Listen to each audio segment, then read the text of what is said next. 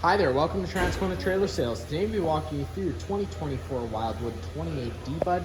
We are just going to start off with the back of the unit. If you notice up top, you are pre-wired for an observation camera, as well as a Lippert collapsible stair system. If you'd like to get set up with either of those, you can contact our parts department. Also located in the back is going to be your spare tire, as well as your exterior shower. Getting that exterior shower, you're just using that silver 751 key, which should come included with the unit. Just stick that guy in there, unlock it, open it up. You got hot and cold water with a swivel head shower. Coming around the passenger side of the unit. And on both sides of the bumper, you can pull off on the bumper cap. Typically, that's going to be where you want to store your sewer hose after your first use. We do have a brand new one located inside the front compartment, which is why there's not one in there yet. But typically, that is where you're going to want to store that. It just helps keep as much smell out of the unit as possible. Just presses into place like so. Over from there, you do have your standard 30 amp twist lock connection. You're just taking note of that notch there. Lines up with this notch on this side. Pressing that firmly into place. 8th turn to lock it in, and then you got that threaded collar to lock it down. If you follow that cord back, you do have your standard 30 amp plug end. Most campsites should have this plug right on in, but let's say you have the unit at home and you want to run your fridge, or your campsite only has 15 amp service, which is your standard household outlet. You do include that park adapter. Just keep it in mind whenever you're using it, you can't run your air conditioner. It really is just to run your fridge and your lights and charge up the battery. Just keep that in mind.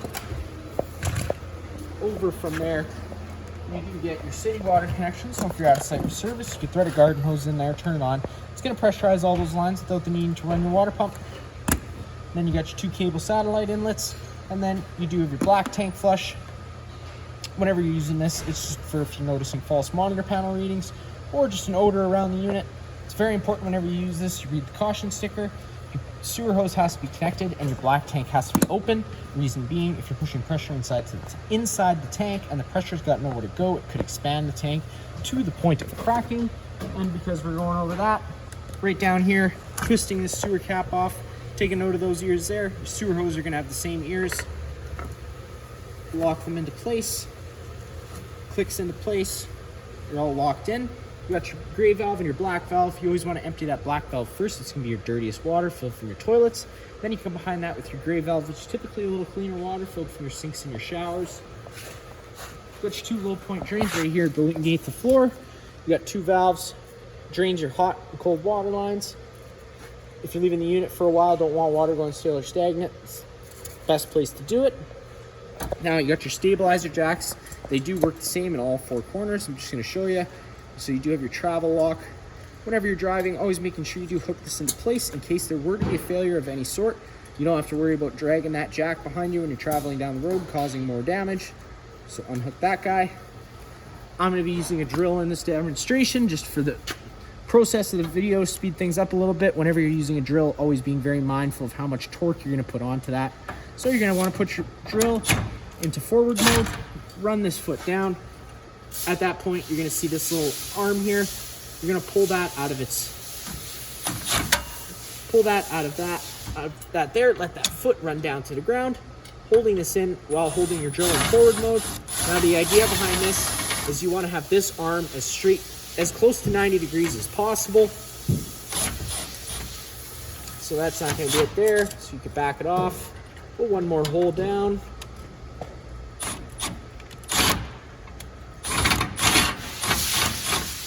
Once that locks into place, that's pretty close to 90 degrees. It's about all the torque you're going to want to be putting on them. Keep in mind they are leveling jack. They're stabilizing jacks, not leveling jacks. So that's going to be a perfect position right there. And then to get it all off, it's just the exact opposite.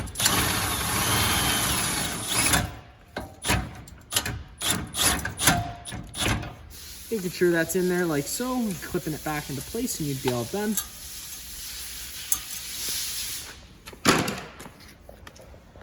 Now we're just going to go a little bit further ahead on the unit. Again, you're going to see another set of stabilizing jacks up front here, same way as the back ones, and then you get to your front compartment. Opening up that guy, you got that starter kit. That's where you're going to find that sewer hose, a 15-foot water hose, and some other miscellaneous goodies, including your 15 amp adapter. Now around the front of the unit, You got your 24 RV battery located inside that box there. And then right on the front A-frame here, you got your battery disconnected within the on position like it is now. The batteries are connected to the unit. If you were to turn to the off positions, the batteries would become disconnected from the unit. And then located right at the very front, you got your 2 standard propane tanks. Loosening off those tabs most of the time, you can get what you need done just by lifting up that cap. Access to both tanks, but in case you wanted to change them, and for the purpose of the video, this cover does just slide right off. Then you get access to both those tanks counterclockwise like any standard barbecue, just going nice and slow. Opens up the flow to the unit. And then right at the front, you do have your front tongue jack, manual override right up top. Now around this side of the unit, opening up this compartment here, and flipping this up to the top. You got that on the front there. You got your manual override for your front tongue jack, as well as that 3/4 inch drive tool for your stabilizer jacks. And whenever you're using this for storage, just keep it in mind right here, that is where your burst tilt bed ram is. So just whenever you're packing stuff in there, being mindful that that's there, it's going to move, so you don't want it to run into anything. You got your sprayable water hose here. Opens up on this side here. You just take a note of the notch on either side, lining them up with the notch on the corresponding side. Push, twist, lock into place. You got sprayable water.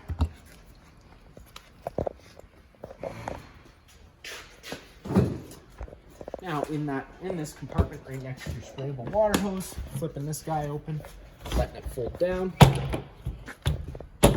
Got this little lock latch here, flipping that guy open, allow you to pull that griddle out. Behind it, you're gonna have that quick connect line. It's already hooked up. And then you run the other end down below.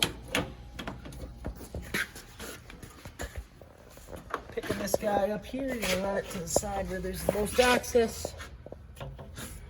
Pulling your dust caps off and always making sure you do put them back on whenever you're done using it. Works like any standard airline, pulling back on the collar, pushing and inserting it into place. It's gonna allow that to lock down. Then you can open up your flow of propane. I need to have your griddle working. Now with the flow of propane open as an added safety feature, it's not going to let you to operate that coupler. So you do have to close it back again to get it disconnected. And then whenever it's disconnected, it's just as simple as tucking that back behind the stove again and pushing it back on into place. Aside from that out here, you do got your 110 mini fridge. It's going to work whenever you're hooked up to shore power. Furnace exhaust, whenever that's on, it's going to be blowing out hot air, so be mindful of that. You got this little flap here. That's for your range hood. Always when you get to your campsite, making sure that's unflapped so you can be evacuating whatever fumes or smells you're trying to get out. And then whenever you're traveling, pushing and locking them back into place so that you can get less dust inside the unit. Like I said, sometimes you gotta play with it a little bit just to get those notches to line up. But once they do line up, they do click into place. Then you get your fresh water fill, so whenever you're out boondocking or your site doesn't have water, you can fill up your fresh tank, and that's what your water pump draws off of 2 plug-ins as well as a coax outlet. Then you notice a little sticker here. You do have a TV backer in case you were to want to mount a TV outside. Right below the floor. At the back here, you're going to notice this valve. That is for your fresh water drain. That's going to be how you drain all the fresh water out of the unit. And then at the very back, there's your service port for your hot water heater.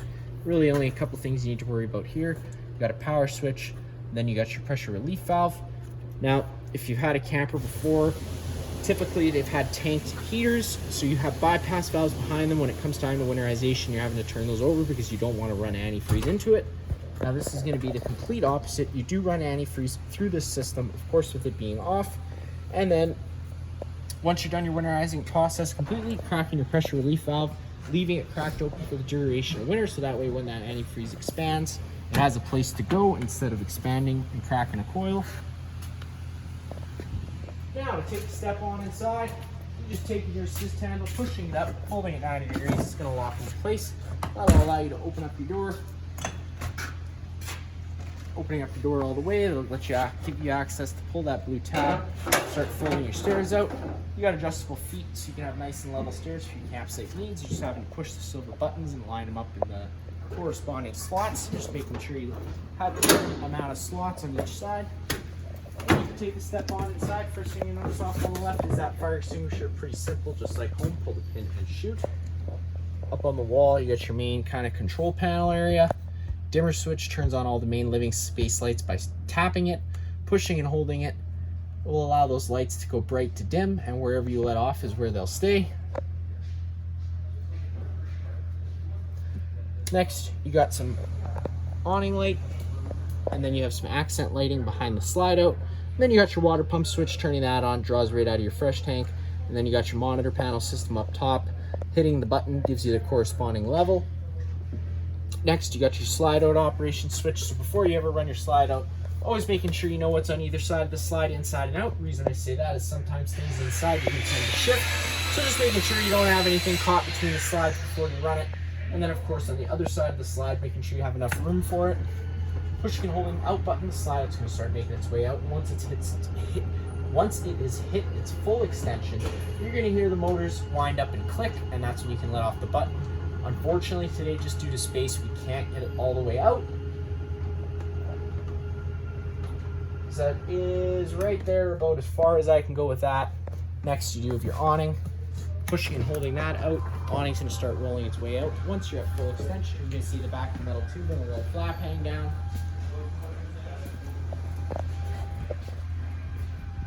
Now, unfortunately today, once again, you're not going to be able to get this to full extension just due to space. You'll see that's kind of almost full extension there. I'm going to rewind it a little bit. Now, if we were to start raining, you can take any arm, front or rear, hold down at the center. It's going to change the pitch of the awning head, allowing water to now run off. Now, if you like that angle better because it allows for more shade underneath, you can do the same thing with the arm up front.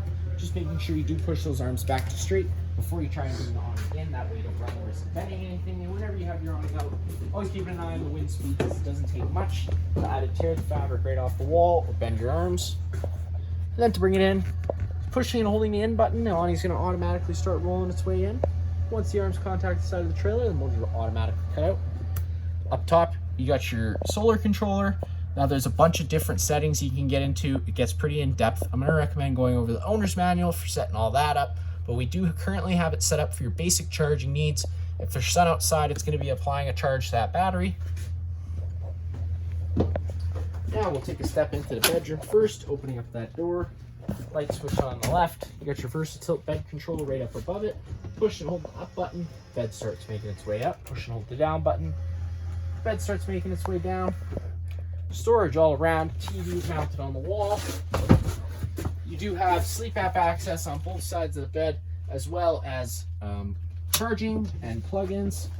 Fire exit over here. You're just having to lift that tab, slide the window out of the way, and then slide the screen out of the way, and you can hop on out.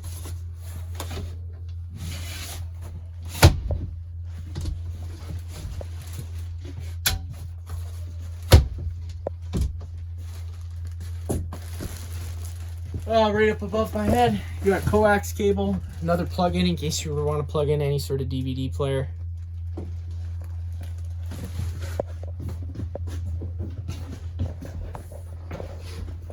Now into the main living space, you got your entertainment center over here. Storage all around. Like I said, whenever you're using any of the storage throughout the unit, always being mindful of drains, water lines, and wiring. TV mounts on the wall. Plug comes in down here. You are prepped for not solar. You're prepped for Wi-Fi. If you'd like to get set up with that, you can contact your parts department. They can put together a quote for you. Right next to that, you got your coaxes. You'll notice this little black button. It turns that green light on. Now that also improves radio frequency and cell phone frequency, so I typically recommend just turning it on and leaving it on when you get to your campsite. Whenever you're not using the unit, always trying to remember to turn it off as it does draw battery power. You got your sound bar right down below. Pretty much just like home, minus the fact of having zone 1 and zone 2. Zone 1 will be your interior speakers. Zone 2 will be your exterior speakers. Nice little fireplace down below. Power button on the far right. One over will give you your different flame colors. Two right in the middle, you got your different rock light colors. And then two in from the left, you got your heat settings. Pushing the button twice, you go into low heat. Pushing it one more time, you get to high heat. And then you have a timer that goes from anywhere from 30 minutes to 9 hours. Power button on the far right to turn it back off. In your kitchen space, like I said, lots of storage throughout, and lots of different accent lighting. Got your kitchen sink, hot and cold water, microwave, pretty much just like home, not much I'm going to show you there. Then you do have your range hood. Whenever you're running your stove, I always recommend running that range hood on as you're evacuating those propane fumes. And because we're talking about propane fumes, we got your LP detector right here near the ground. If this guy ever starts going off, just turn off your main supply of propane at the front of the unit, open up some windows and vents, just to let some fresh oxygen inside. Don't panic. And it is very sensitive to cleaning chemicals, so if you're ever cleaning around it, starts going off, use your best judgment. Typically, it's just going to be that chemical setting it off. Now, coming to your stove. So I'm going to mention it now. I've had the propane system running earlier, so that's why it's going to look like it fires up so quickly. Typically, once you've had the propane system off for a while, it allows air into the system. So sometimes it'll take a few seconds just to purge all the air out of the lines. So I always recommend, if you've had the propane system off, come inside, fire up your stove first thing. The reason I say that, just it's the easiest way to purge all the air out of the system, because if you went to go fire up your water heater or your furnace, those only try and light a few times before they're going to throw a fault code, which could cause some frustration and just miscommunication. But yeah, to get the stove light, turning it to the high/light option, it does fire right on up. But like I said, sometimes it can take a few seconds. Just making sure you always hit that igniter while you have this gas valve on. That way you don't have no buildup of fumes and you lose any eyebrows. You got your light switch on the far right here. You can either have just the knobs on, or you can turn on the oven light as well. Then to get the oven to light, it's the same thing. Turning it over to the high/pilot, pushing and holding that in, hitting the igniter. Your pilot's going to light. Once your pilot's able to hold its own, you can turn it up to your desired temperature, and it does fire right on up. Then you do have your Furrion fridge, freezer combo. Down below, you got your temperature setting count clockwise all the ways. You're going to be your coldest setting. Anywhere before that's going to be a warmer setting. And then, of course, you see we have some off-grid rating here.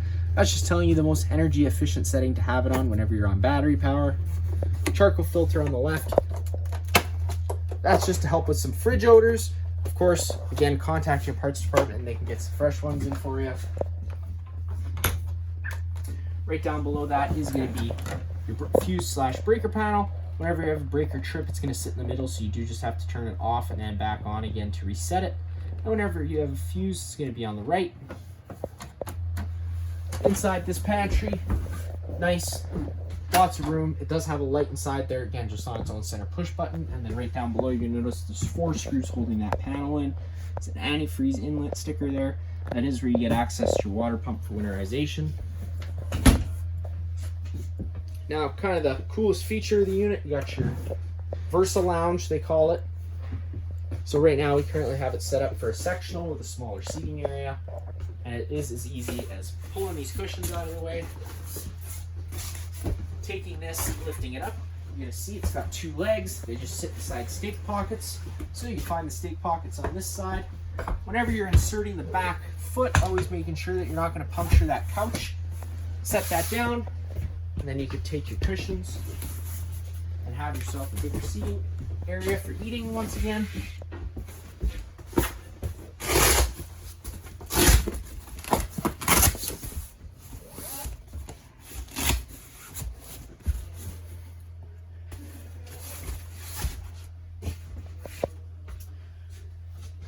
Lots of many different options you could do with this. Another one being this folds out into a bed. You're just having to grab the foot of it and pick up, and it's going to start folding out, and it would fold down into a bed. Then you could also turn this spot into a bed as well. You're just having to take the feet from below the table, pull them out of their holes, set the tabletop on the desired ledges. Then you can take your back cushions, fill in the center, and have yourself another great bed. All the blinds in the unit do work the same way. They just kind of sit where you leave them, and then one quick pull will allow them to retract back up. Got your bunk space, storage underneath that bottom bunk there, nice little spot. Both bunks do have lights and USB plug-ins. Your little sink area, the light is on its own center push button. You turn it on, you get the lights. Got your main GFI plug on the wall. You got test on the top, test on the bottom, reset up top. If you ever have an outlet that doesn't work, this would be the first place I would look.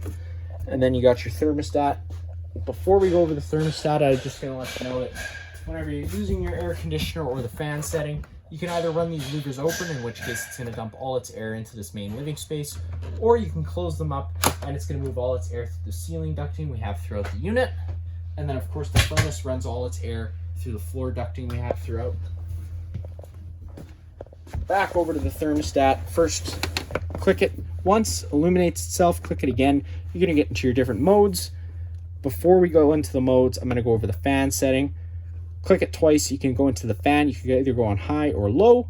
Now that's just moving air around with the air conditioner, no heating or cooling involved. When you get into your modes, turn it once to the right, you're going to go into cool. So now that you're in cool, that's air conditioning, you get your fan settings. So you're going to notice it says auto here now. You can change that and you can have it off auto on either high or low. The only difference being whenever it's on high or low fan without the auto, it's not an on-demand system, so it's going to run continuously regardless of what the room temperature is. Whenever you have it on auto, it's going to be an on-demand system, so the air conditioner will kick in and out as needed depending on what the thermostat thinks. One more time, I'll bring you over to heat, so that's going to kill the air conditioner. Fire up the furnace. Whenever the furnace fires up, whenever you go to turn it off, it does run for an additional 3 minutes just as an added safety feature to allow itself to cool down. A nice little feature with these Coleman thermostats is you can do a cool plus heat mode, so in which case it's going to fire up whichever it thinks it needs depending on what the room is set to. And then to turn that all off, you just got to cycle that back to off and you're all off again. Last but not least, we'll take a step into the bathroom. Hot and cold water, it's a shower. You got your toilet, pretty standard. Up top, you're going to notice we got that roof vent. Turning that guy clockwise all the way, opens up the lid. You're going to notice it opens straight into the atmosphere. Could be a problem if it starts raining. It's probably going to get wet in here. And of course, if you're traveling, you run the risk of, if you leave this open, you're running the risk of damaging that lid. We do sell Max Air covers here at the shop. It's a cover that goes over top of this. It's going to stop it from getting wet inside here. It's also going to allow you to leave that open while traveling without causing any damage. If you'd like to get set up with that, again, just contact your parts department and they'll put together a quote for you. It's a great little addition to add to your camper. Power for the fan is just on the back there. And then you got your hot water thermostat on the wall. Pushing that power button, it turns it on. Up or down at any time. To change your set temperature you desire, Celsius and Fahrenheit with the press of a button. As an added safety feature, whenever you take it below 50, you're locked at 50, just as an added safety feature so kids can't scald their hands. If you want to go up another 5 degrees, you can do so. Just pushing and holding the up button for 5 seconds, unlocks it, and it'll let you go right to 55. That is going to be it for this unit here. If you have any other questions, feel free to give us a call.